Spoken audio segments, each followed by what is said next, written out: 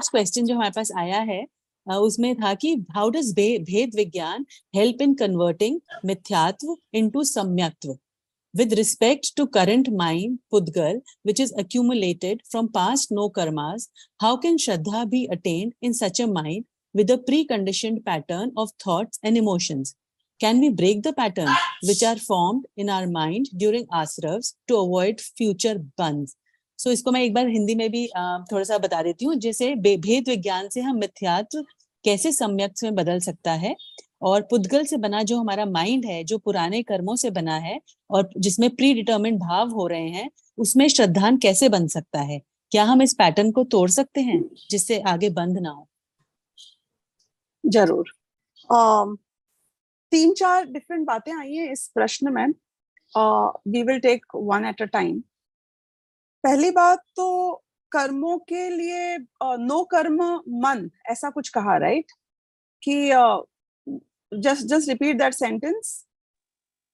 With respect to current mind of bracket में लिखा है पुद्गल which is accumulated from past no कर्म। तो नो कर्म कोई accumulate नहीं होता है पास्ट का। पहली बात तो कर्मों की 3 अवस्थाएं होती हैं, एक बंधन रूप होती है, एक उसकी स्थिति रूप होती है, और एक उसके उदय रूप होती है। अब जब कर्म उदय में आते हैं तो खासतौर पे अघातिया कर्म जब उदय में आते हैं तो उसके निमित्त से जो भी शरीर संयोग आदि पदार्थ हमको मिलते हैं, इनको नो कर्म कहते हैं।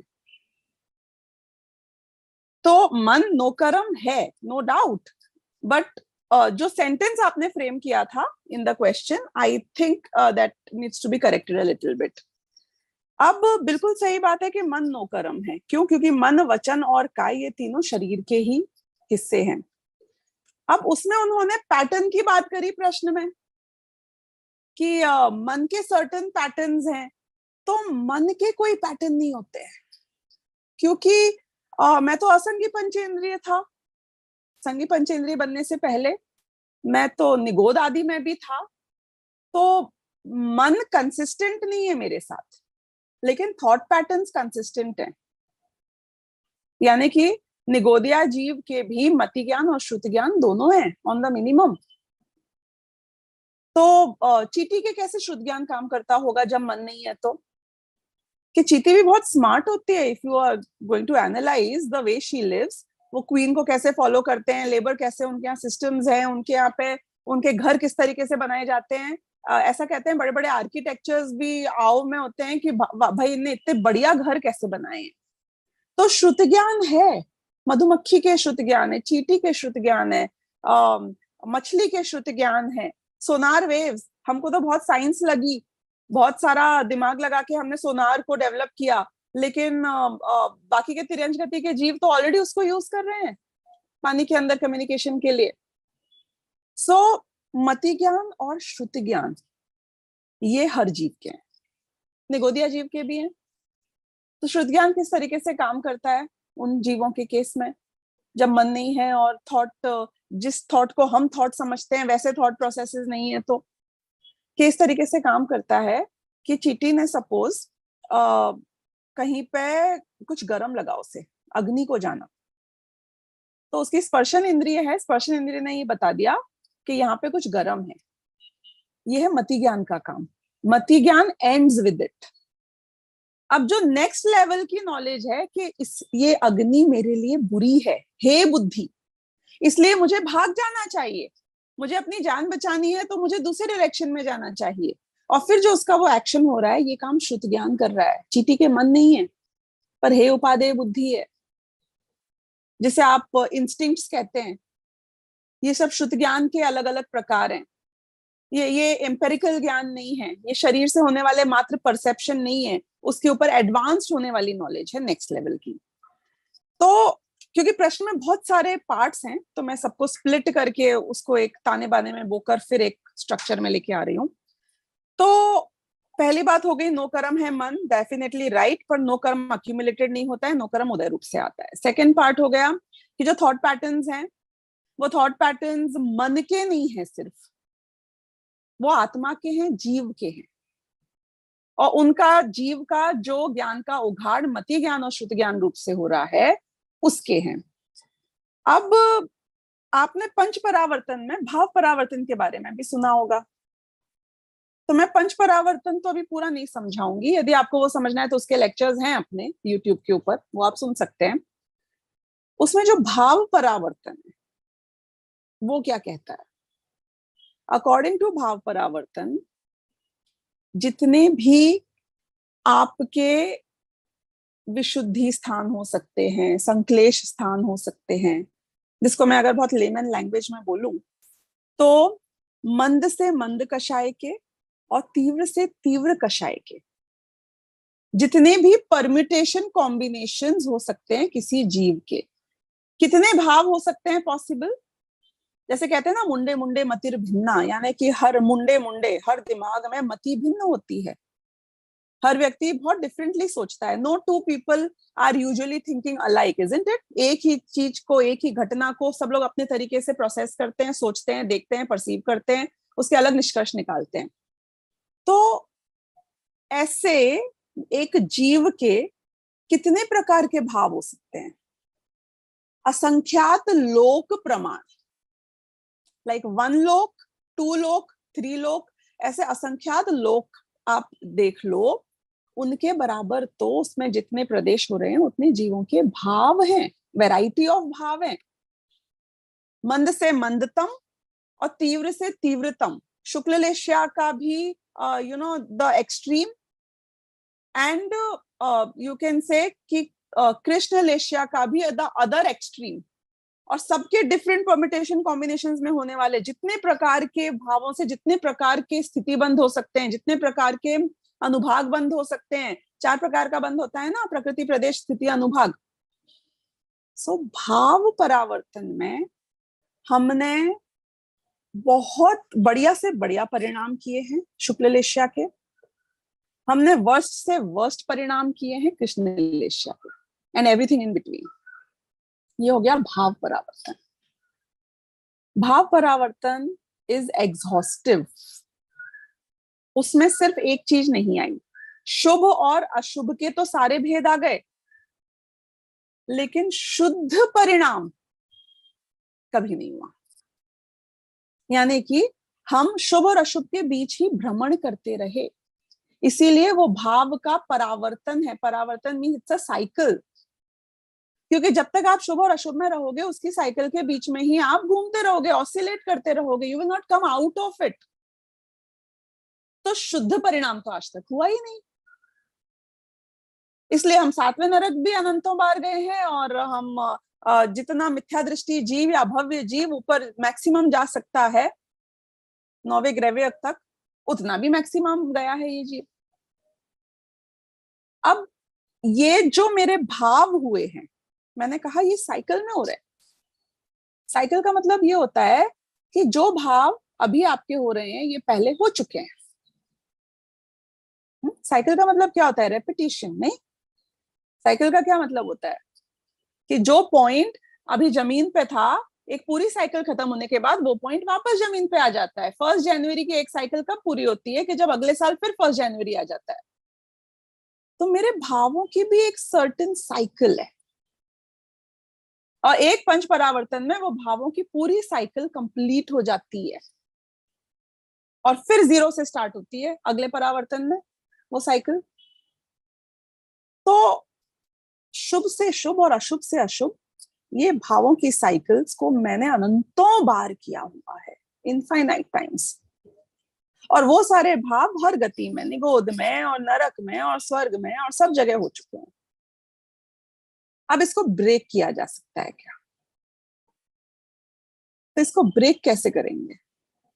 कि जिन जीवों का अर्धपुद्गल परावर्तन से ज्यादा काल नहीं बचा होता है संसार में, और ये मैं मैक्सिमम की बात कर रही हूँ, क्योंकि वो भरत चक्रवर्ती के पुत्रों की तरह यदि उनको तीसरे भव में ही जाना था, मुक्त होना था, निगोद से निकलने के बाद बस एक इंद्रगुप्त नाम के कीड़े बने और फिर 3rd भव में यानी कि भरत चक्रवर्ती के पुत्र बन के तो मोक्ष हो गया उनका। तो उनके केस में अर्धपुद्गल परावर्तन से कम टाइम भी हो सकता है, क्योंकि उनको मोक्ष मार्ग तो उस मनुष्य भव में ही मिला ना। इंद्रगोप वाले कीड़े के भव में तो मिल नहीं सकता था ऐसा, और निगोदिया में पॉसिबल नहीं है। जब मन ही नहीं है तो मोक्ष मार्ग कैसा? तो उनको तो 8 साल में ही काम हो गया। नहीं, उनको मोक्ष मार्ग मिला इसी भव में, भरत चक्रवर्ती के पुत्र बन के, और फिर उसके बाद में उनके 8 साल के बाद में सम्यक दर्शन होकर मुक्ति भी हो गई। तो मिनिमम तो वो भी हो सकता है। अपन मैक्सिमम की बात करो तो अर्धपुद्गल परावर्तन। अब इस रेंज के बीच में हर जीव का उसके स्वयं के द्रव्य में उसकी अनादिकाल से लेकर अनंत काल की पर्याय फिक्स है। जब उसका मोक्ष मार्ग की शुरुआत होनी होती है, यदि वो भव्य जीव है तो, यदि उसका मोक्ष होना है तो उस टाइम पर अपने आप ही उसकी ये भाव परावर्तन की साइकिल टूटती है और उसे सम्यक दर्शन की प्राप्ति होती है, यानी शुद्धोपयोग होता है। सो फर्स्ट योर क्वेश्चन कि क्या ये साइकिल ब्रेक हो सकती है? कि मोक्ष मार्गी जीवों की ये साइकिल ब्रेक होती है। कितने जीवों के होती है? कि 6 महीने 8 समय में 608 जीव मोक्ष होता है, उनका मोक्ष होता है। इसका मतलब है 6 महीने 8 समय में नित्य निगोद से मतलब बाहर निकलते हैं जीव। इसका मतलब है कि आप 608 इन, एक पाइपलाइन समझो संसार की, 608 आउट।